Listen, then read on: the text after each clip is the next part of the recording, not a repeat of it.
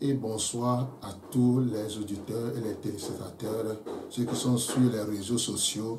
Nous vous saluons dans le beau et précieux nom de notre Seigneur Sauveur Jésus-Christ. Que la grâce de Dieu abonde sur vous et que cette grâce fait à ce que le Saint-Esprit vous aide à mieux comprendre ce que c'est que les 6 principales causes des malédictions. Aujourd'hui, on va parler on va résumer, conclure et trouver la solution ou les résolutions pour s'en sortir. Que la grâce abonde sur vous. Madame va prier.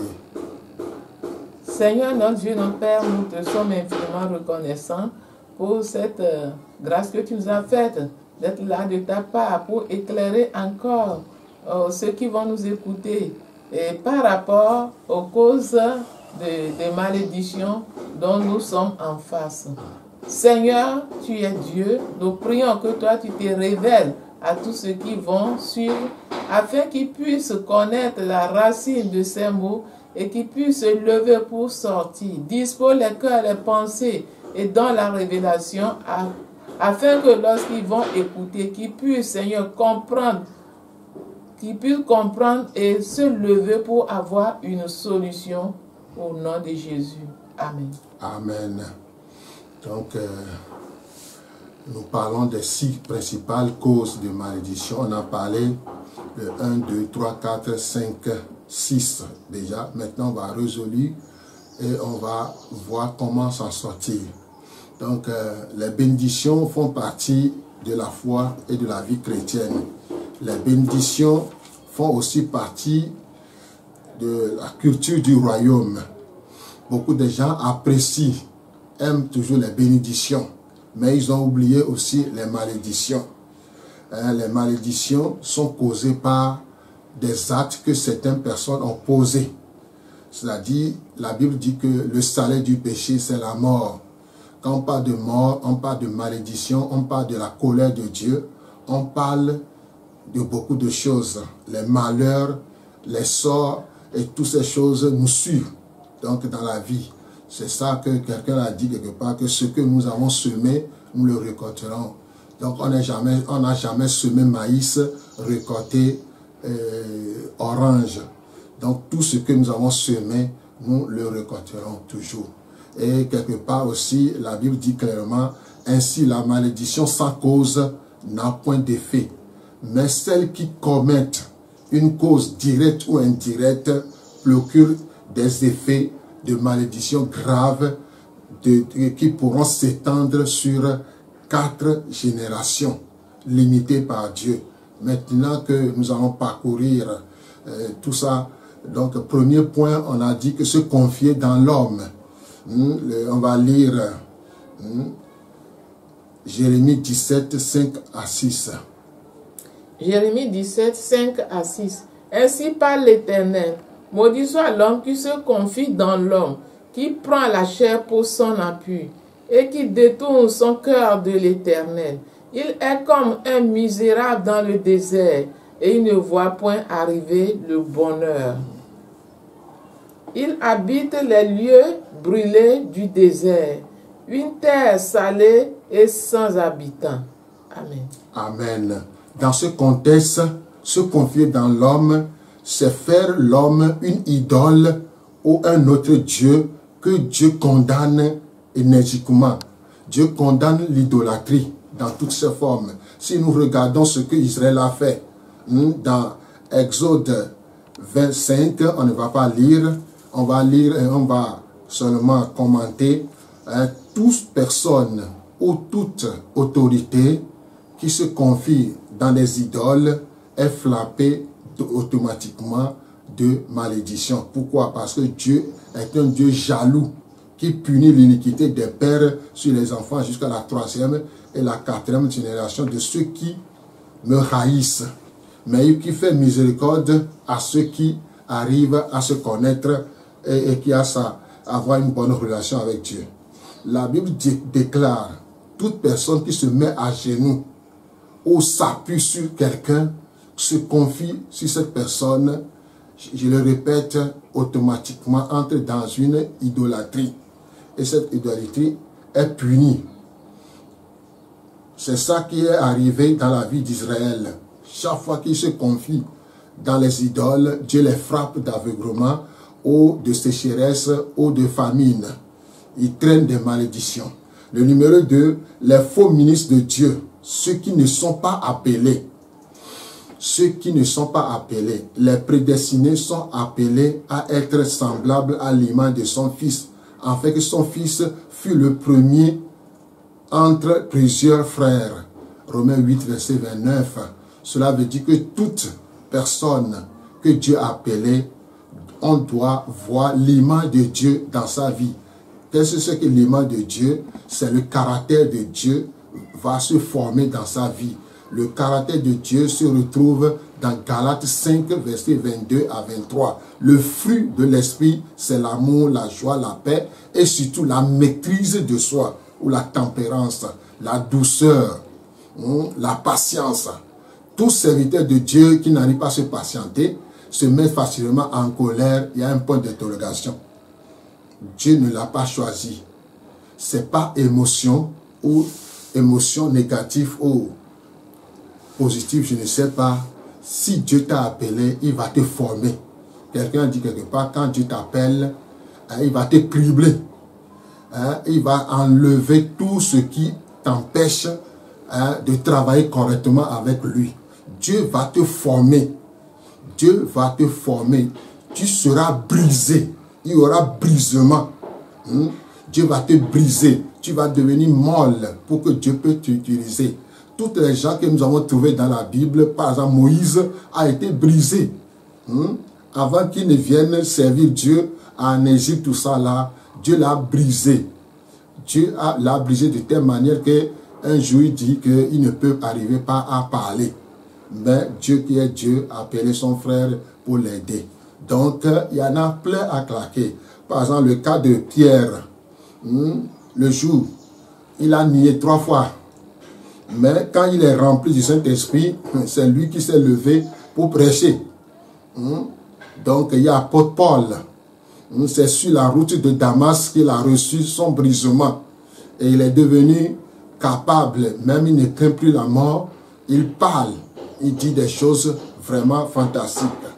Donc toute personne qui n'a pas été appelée, on le voit toujours à travers leurs fruits, comme Jésus l'a dit. On connaît l'arbre par ses fruits. En troisième position, donner à Dieu des offrandes corrompues. Cela veut dire que celui qui donne en faisant des calculs, si je donne 1000 francs, Dieu va me donner 10 000. Ou des fois il murmure, il n'est pas content de donner.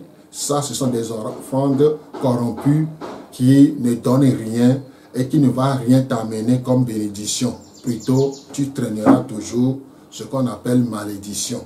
Des fois, des gens monnaient l'argent, ils mettent ça dans leur sac. Et de temps en temps, comme il fait l'appel de fonds, comme il veut là, donc on va donner. Donc il donne soit 10 francs, 25 francs ou 50 francs. Quand les gens partent pour aller donner, lui aussi s'est levé, il est parti pour donner. Mais au fond, ce qui se trouve dans sa tête, c'est l'hypocrisie. Et là, Dieu ne va jamais cohabiter avec ces personnes-là. Donc, c'est la troisième position. En quatrième position, refus de rendre gloire à Dieu. Dieu t'a fait du bien.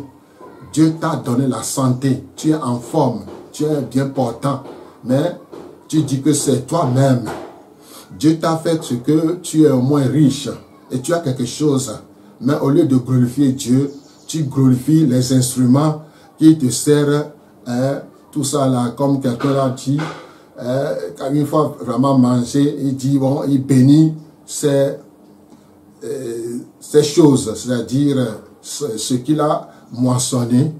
Et il bénit toujours ses moissons en oubliant que Dieu, c'est Dieu qui l'a donné. Donner gloire à Dieu, c'est louer Dieu, c'est l'élever, le magnifier. Mais le refus de le rendre gloire entraîne malédiction. En cinquième position, les péchés sexuels. Aujourd'hui, il y a l'espianisme, la fornication, l'adultère et l'homosexualité. On voit les dégâts aujourd'hui. Ce qui s'est passé aux États-Unis, aujourd'hui, des gens pleurnichent. C'est plein à claquer de l'homosexualité.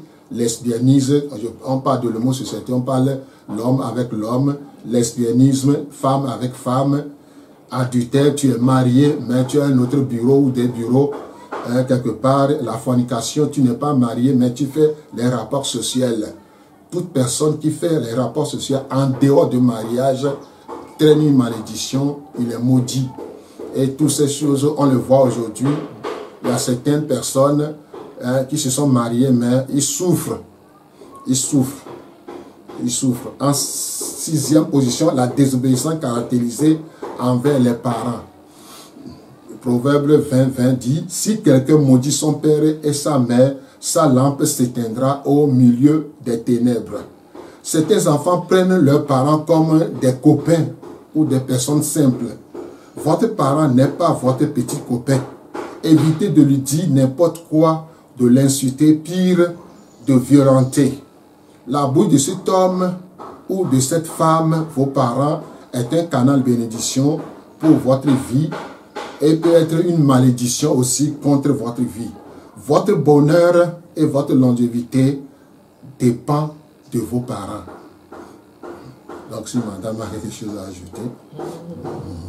Effectivement, lorsque nous confions à l'homme, un être humain comme nous, que Dieu peut retirer le souffle d'un moment à l'autre, ça nous traînons la malédiction. Parce que c'est seul à Dieu que nous pouvons faire confiance. C'est lui qui nous a appelés et lorsque lui, il nous a appelés, il nous équipe. C'est lui qui nous a créés et il prend soin, il veille. Dieu n'a jamais laissé les hommes ou bien les gens orphelins. Il est toujours prêt et il est toujours à côté pour pouvoir, pour faire, pour pouvoir et prendre soin. Mais s'il arrive que nos parents se sont détournés de lui et que nous n'avons pas pris conscience tout de suite pour sortir de ces erreurs, ça nous suit. Ça nous suit et ça devient des malédictions de génération en génération. C'est vrai que nous sommes devenus des chrétiens, mais c'est bon d'arrêter ce lien, de briser un moment, c'est bon de s'arrêter et voir ce qui se passe et briser ce lien dans notre vie et déclarer la défaite de ces choses dans notre vie pour savoir que nous commençons une nouvelle marche, une vie nouvelle. C'est en ce temps que nous pouvons évoluer avec Dieu. C'est en ce temps que nous pouvons marcher avec Dieu. C'est en ce moment que nous pouvons nous laisser conduire par le Saint-Esprit aussi. Lorsque nous n'arrivons pas à nous laisser conduire par le Saint-Esprit, ça devient difficile et nous continuons par traîner des choses qui ne nous réjouissent pas et qui ne réjouissent pas également notre Dieu. Donc quand nous parlons des différents types de malédictions, il y a beaucoup de racines que nous allons découvrir et couper ou bien détruire ces racines pour pouvoir avancer, pour pouvoir continuer librement avec Dieu. Et c'est lorsque nous continuons librement avec Dieu que nous avons sa paix, nous avons sa joie, nous avons le bonheur, parce que nous évoluons avec lui, on s'épanouit bien, on s'épanouit bien. Et en ce temps, on peut savoir qu'on n'est plus sous le joug de malédiction. Lorsqu'on est des enfants de Dieu et qu'on est encore sous le joug de malédiction, ça devient difficile. Ça devient difficile de vivre le caractère de Dieu en nous. Parce que le vieil homme ne nous laisse pas tranquille pour pouvoir vivre ou bien être rempli du caractère de Dieu.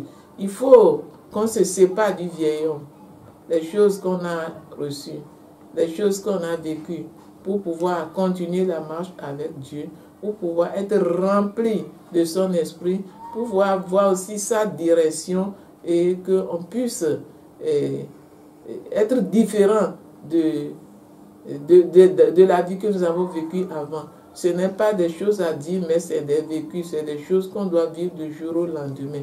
Dieu, lui, n'attend pas qu'on soit parfait pour qu'il nous utilise. La preuve est que ceux qui nous ont dévancés, personne n'est parfait parmi eux, mais il a commencé avec eux.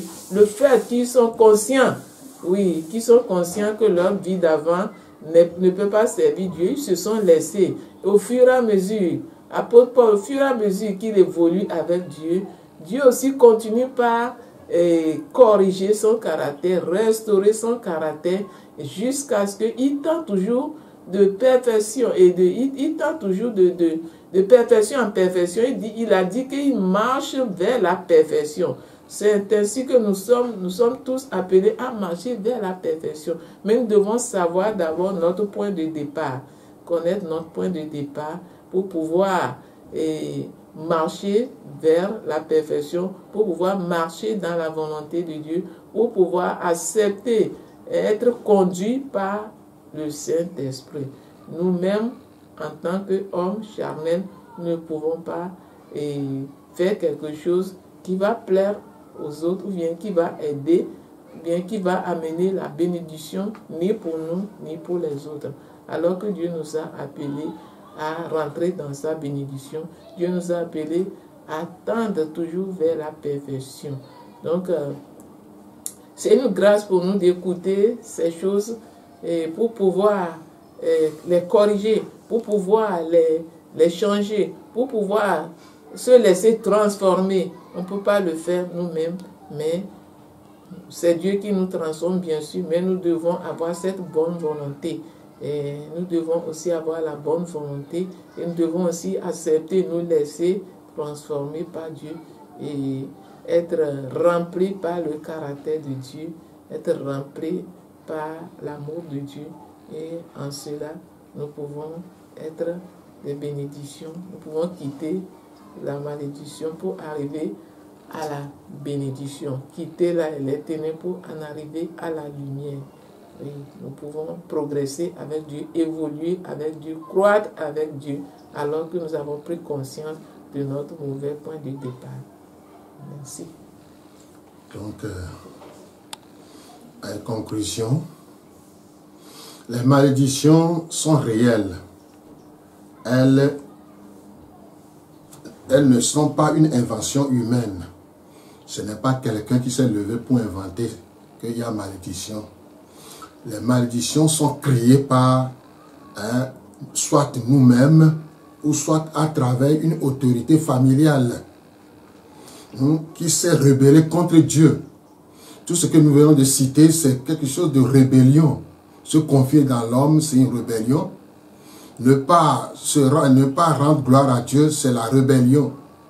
Et surtout ceux qui n'obéissent pas à leurs parents, ça c'est les pires rébellions. Les rebelles, c'est Satan. Rebelle, ça veut dire Satan égale rébellion. Donc toute personne qui se rebelle contre ses parents, contre XY, n'est pas dit loin de Satan. Peut-être on peut l'appeler les fils de Satan ou filles de Satan. Tous ceux qui se rebellent. Donner des offrandes de corruption, ça c'est être rebelle à l'égard de Dieu. Et Dieu va te punir coûte que coûte. Donc elles peuvent être inventées dans votre vie par vous-même ou à travers une autorité familiale qui s'est rebellée contre Dieu. Mais la bonne nouvelle, c'est que toute malédiction peut être brisée au nom de Jésus-Christ. C'est sur une montagne que Dieu a prononcé les malédictions et Israël a dit Amen. Mais plus tard, c'est la désobéissance et ils traînent les malédictions. C'est sur une montagne aussi que Jésus a versé son sang précieux. Ce sang-là a coulé sur la montagne et Dieu a déclaré que toute personne qui se repent, qui se repent de ses péchés, c'est-à-dire confesser avec une vraie contrition, voir ce qu'il a posé comme acte, voir ce qui s'est fait dans sa vie, il doit se faire ce qu'on appelle la repentance. Il doit te repentir, il doit appeler les noms des malédictions. Aujourd'hui, au nom de Jésus-Christ, je détruis toutes les malédictions. Rien, tu n'as rien fait. Chaque personne, chaque famille a sa manière de malédiction. Il y a d'autres malédictions dans une famille, c'est la pauvreté, d'autres c'est la maladie, d'autres ils n'avancent pas, d'autres sont sur place, d'autres là où des gens vont pour trouver du bonheur, quand ils vont là-bas, ils trouvent du malheur.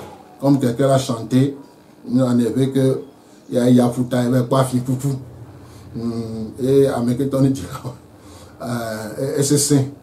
est-ce qu'on peut trouver une souris à la plage? Et surtout musaraigne à la plage. Ça montre que sa malédiction est coriace. C'est sur cette malédiction lui-même, il chantait des chants vraiment, mais il est mort dans cette malédiction. Donc je dois fouiller, je dois chercher à connaître ce que j'ai fait. Si les 6 points ou les 6 causes qu'on vient de citer te concernent, répands-toi. Répands-toi, confesse et demande pardon à Dieu. Et fais de la prière fervente, des prières d'autorité. Pour briser une malédiction, c'est la prière d'autorité. La prière impériale, une prière de commandement. Tu l'appelles, toi malédiction, j'ai commis en me confiant à un pasteur, à un serviteur de Dieu missionnaire, quoi que ce prophète, et j'ai vu les dégâts qui se passent dans ma vie. Aujourd'hui, je viens devant toi, Seigneur. Je confesse que je n'ai pas bien fait et qu'au nom de Jésus-Christ, je brise cette malédiction. Dieu qui a dit que tout ce que nous avons lié sur la terre sera lié au ciel, délié sera délié. Dieu est prêt à intervenir. Il faut appeler chat. Il faut appeler les malédictions que tu as commises pendant les six principales que nous venons de citer. Si tu te retrouves à loin ou à l'une d'eux, lève-toi. Dieu est prêt à t'écouter. Tu peux passer une nuit tout entière en les brisant une à une.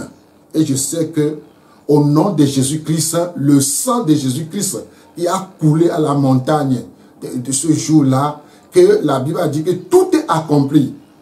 Il y a un tremblement de terre, le voile est déchiré, le ciel s'assombrit ce jour-là. Cela montre que le sang précieux de Jésus-Christ est efficace, puissant pour pouvoir détruire toute malédiction.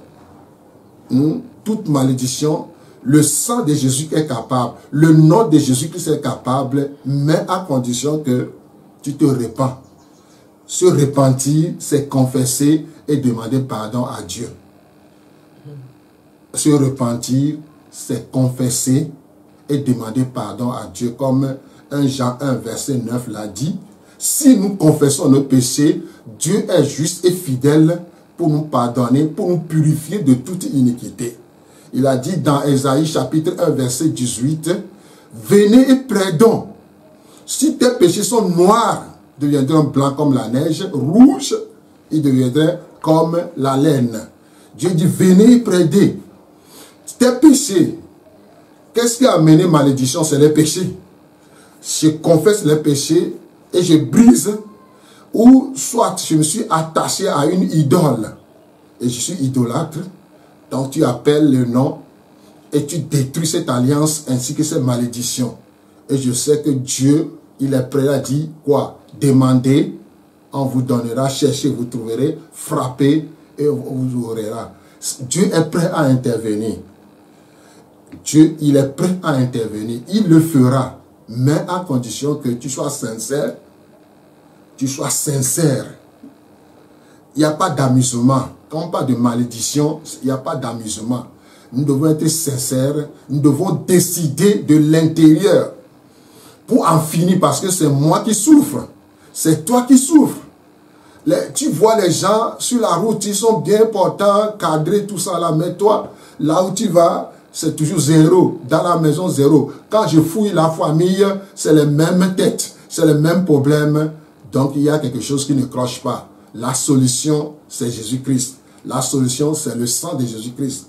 Mais la solution, avant que cette solution ne soit efficace et tranchante pour te faire séparer de cette malédiction, la repentance. Merci beaucoup. Effectivement, la malédiction, ce n'est pas quelque chose que nous devons nier. Si quelqu'un nie qu'il n'y a pas la malédiction, il est dans l'ignorance. Parce que nos parents, nos aïeux ont fondé leur famille sur l'idolâtrie. Ils n'ont pas fondé leur famille sur Dieu. Ils étaient dans l'ignorance. Donc ces ignorances les ont suivis jusqu'à a causé la colère de Dieu sur eux. Et maintenant, ils ne sont plus là, c'est les descendants qui ramassent les pots cassés. En tant que descendant de cette famille, tu tournes, tu vois les choses qui se passent dans la famille, ce qui vous retient derrière, ce qui vous empêche d'aller devant, ce qui vous empêche d'être aussi comme les autres ou bien de rentrer dans tes ambitions. C'est déjà un pas, tu reconnais et tu prends la décision de te séparer parce que c'est une corde qui te tient, qui te tient de tes aïeux jusqu'à là où tu vas. Il faut connaître le point de départ pour savoir là où tu vas. Tu ne peux pas nier ton point de départ. Lorsque tu connais ton point de départ, tu sais que ton grand-parent, ton grand-père, tout ça là, tu connais ce qu'ils servent. Et puis, ils se glorifient de ça, ne sachant pas que c'est des malédictions, c'est des problèmes qui vous ont créé. Toi que Dieu a ouvert les yeux maintenant, que tu as vu la lumière, tu prends la décision et de tourner le dos tout en brisant cette chaîne qui te tient en captivité. Et tu vas déclarer même avec l'autorité que Dieu t'a donnée. Tu déclares la défaite de ces choses. Ta volonté et aussi ta décision avec la foi va t'aider à briser une fois pour toutes ces malédictions. Et toi, tes enfants ne vont plus, ni toi, ni tes descendants ne vont plus en subir.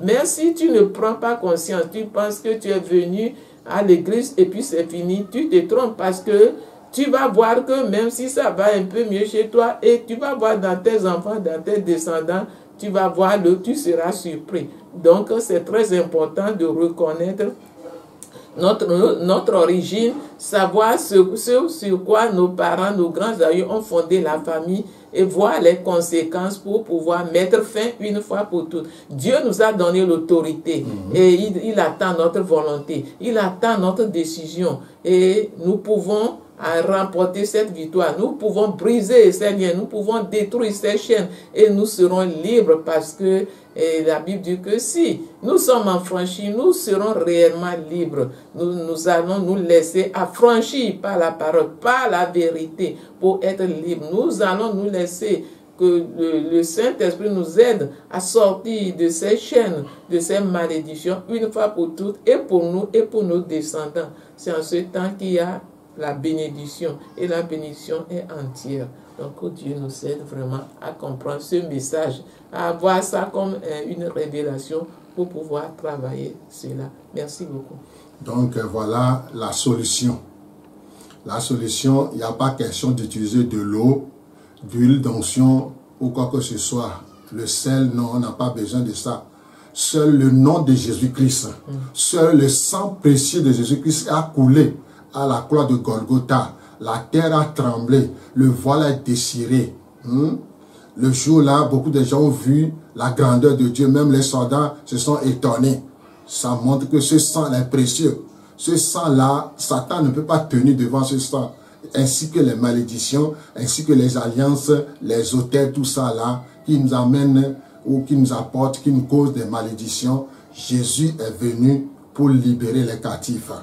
Jésus est venu pour libérer ceux qui sont en captivité, ceux qui sont liés par ces malédictions. Jésus est venu, il a dit que je suis venu pour détruire les œuvres du diable. Donc, mon frère, ma soeur, ceux qui nous voient à Facebook ou YouTube ou dans les réseaux sociaux, si vous avez des problèmes concernant ce genre de choses, nous sommes là pour vous aider. Même à distance, nous pouvons vous aider.